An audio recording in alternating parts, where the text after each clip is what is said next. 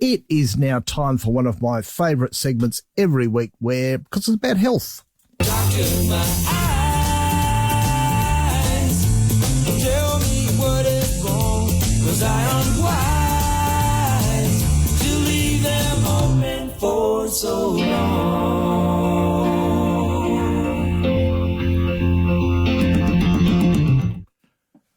Dr. Vincent, good afternoon.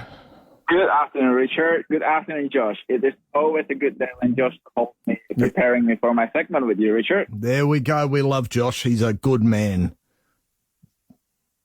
And what are you up to today? What are you doing today? Well, it's a really good sunny day today in Sydney, and we're just out and about. We have two birthday parties to go to today, but I always make time to talk to you and to talk to our listeners because I have something that I want to talk about today that I really think that will apply to most of us, especially with these weird weather patterns. I mean, we are in summer officially 2 days ago, but I think the weather forecast says that next week there will be like 2 or 3 cold days in Sydney. I'm not sure about it's the same here, Vincent. It's weather's all over the place.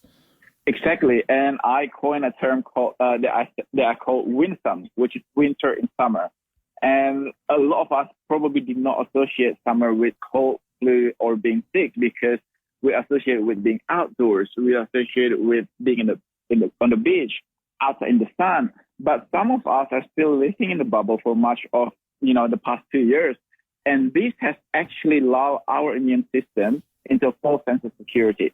You know that our immune system is basically a series of fighters. So they need sparring once in a while to keep them strong, up to date, and potent to fight off illnesses and diseases. But after COVID, lockdown, and a lot of us probably still haven't, fully go back to work, working in the open plan office or working, spending a lot of time with large amount of people. And now we suddenly go into the festive season where you go to shopping centers, people are no longer social distancing or wearing masks. That's right. And this could be overwhelming to our immune system. I was with my doctor during the week and we're actually talking about this because so many people out there have got, even if they haven't had COVID, that they end up with a cough sometimes. A bit of a cold that hangs around for a while and just doesn't go. Yes, I usually call it a lingering cold or cough, and you're absolutely right. And while the media or us probably no longer talking about COVID, believe you me, COVID is still out there, and it can still be devastating to some people, especially those who are elderly or with underlying health diseases. But to put it plainly, even if it's not about COVID, some of us, our immune system is not summer fit. Consequently, many people are very vulnerable and may become quite ill if you don't take preventative action to shore up their health and wellness and support their immune system. Because as I said before, it's all about sparring and training. We need to make sure that all of the fighters in our body in terms of our immune system, white blood cells, and all of the biological fighters in our body that help protect us from getting sick, from contracting common cold virus, because common cold virus can actually have a really bad effect to some people as well. We seem to forget how bad flu can be every year because obviously we have a much more dangerous type of virus, which is the coronavirus. But it still doesn't mean that we are immune to not getting sick because of a common cold virus. I was just trying to remember. I did talk to Shane from Harvey Norman at Mount Barker, and he had a lingering cold as well, and just it really he's just surprised at how long it goes on. And Shane, he's a pretty fit man. I mean, I've even gone to the links now that I think I'm week 4 at the gym, and I'm there probably 4 times a week. And I'm just trying to get fitter now. And I've got to say, after 4 weeks, it's made me. I feel better, in myself for going and doing it. And, last night, I was at the 5AA Christmas drinks. I think I got to bed at about 12:30, 1 o'clock, but I was in the gym at 7:30 this morning. It was a shock, let me tell you. But you know what, Richard? Even though it's a shock, what you're experiencing right now is that your body is readjusting to the new normal in terms of your healthy routine. I would say the first 2 to 3 weeks usually are the hardest. You probably feel that, you don't really want to wake up in the morning, go to the gym, or you don't want to do this. You would like to indulge in some fried chicken, or it's something that's not chocolate. Hamburger for breakfast. Why not? There you go. But once you put your body and mind into a new habit, it actually does get easier. Yeah. And what happens is that when you have a very healthy lifestyle, I shouldn't put the word very there. If you have a rather healthy lifestyle, indulgence here and there will not have such a bad effect, or as bad of an effect to your health and wellness compared to when you are eating bad food every day. Yeah. I mean, I try and eat as healthily as I can at the moment. I don't have crap for lunch, for it. I think I had the first sausage roll, I think probably in a month, on Friday, just because I was in a hurry and couldn't do what I would normally do. So, you try and change your diet. I do, I really do feel a lot better for it. I'm not, 3 to 4 days a week, is making a difference to, my overall health. And for that, I'm pleased at the moment. At the moment, I probably feel as the best I've felt in years and years. That is so fantastic to hear, Richard. And the other thing that I want to add about people not fully back at work, and some of us are still working from home, or 2 days from home, and then the remaining of the 3 days they're going into the office. And some of us probably don't realize that when you actually go into the office, you are much more active compared to working from home, because you're commuting. All the steps that you take from your house to the train station or bus stop, or from your office to parking lot, and vice versa, going out to lunch, go and get coffee, walking over to your colleague's desk, those little steps add up. And I did a little survey that on average, people can lose a third of the daily step count when they are working 2 days from home. And this is something that people have to compensate in the way that if you do know that you're not fully back to work, maybe instead of, you're going to spend half an hour anyway to commute, for example.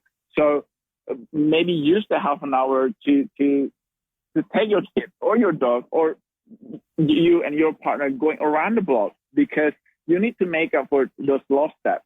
And I am on the camp that supports counting steps rather than counting calories, because keeping up your steps doesn't only help with burning calorie, but also helps your cardiovascular health. Yeah. It also helps with your circulatory system.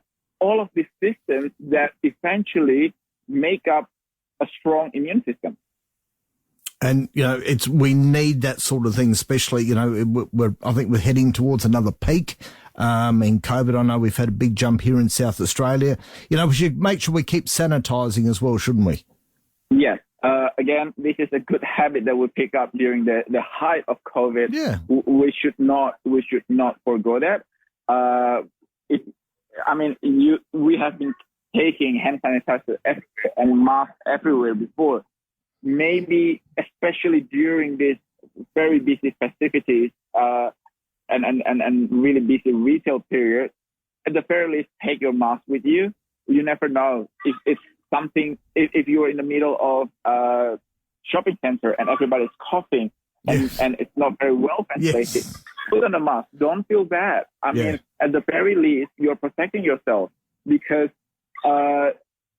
remember when during Christmas, this is the time where you go and see your family. Some even go to aged care house or retirement village, or go to see your Yeah. parents and grandparents, you don't want to make them sick. No. While some viruses or some infection may not affect you badly, when you pass it on to elderly people, it can actually affect them badly. So think forward, not only for yourself, but also for your family, because this is the time when you spend a lot more time indoors with your family, especially the elderly. I mean, I see people who, if you go shopping, you see people start to cough and things like that. And I steer very clear of them. Hello? I steer so clear of those people when... Hello? Yep, I think Vincent, have we still got you on the line? We might just see if we can get you back. Richard? Yes, Vincent, can we hear you? No, we're just going to put you back to Josh for a moment and just see. We're going to ask Vincent a question in a moment, which is, does Vincent think that maybe certain people like me may simply not be susceptible to the virus because of genetic reasons? Can you hear me now, Vincent? And I'm back. Yeah, that's good. Vincent, we had a text message before you go. Do you think that maybe certain people like me or Stephen from Aberfoyle Park may simply not be susceptible to the virus because of genetic reasons that the medics are not yet aware of?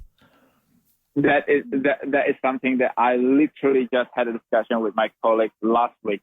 Some people actually, there was a term that was coined, no COVID, or some people are just seemingly immune to even getting cold or cough or flu. And I really do think that it is nature and nurture. Genetically, there might be something that biologically that we don't fully understand, because one of the distinguished characteristic of flu viruses or coronaviruses that they evolve very, very quickly, and they mutate very, very quickly. So perhaps some people genetically are more able to fight off that mutation. So basically keeping their immune system up to date. But I also believe that nurture. So what we do, our lifestyle does have a lot of impact in terms of strengthening our immune system.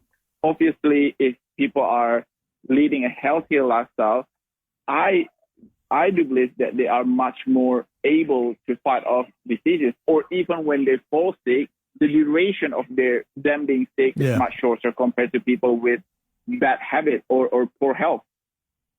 I mean, I have not had COVID yet, and I keep touching some wood here in the studio just to make sure, not that I'm superstitious or anything. Vincent, where can we find out more about you? Please go to our website, anappleaday.com.au. We are representing Australian manufacturing group. We are also one of a very few health and wellness company that use 100% Australian-grown apples in Australia. And we would love your support. Go onto our website, anappleaday.com.au, or find us in Woolies, Coles, or even go online to Amazon. There we go. Vincent, enjoy the rest of your week and enjoy the parties you're going to go to. And we'll talk to you next week on 5AA. Thank you so much. Have a good day, everyone.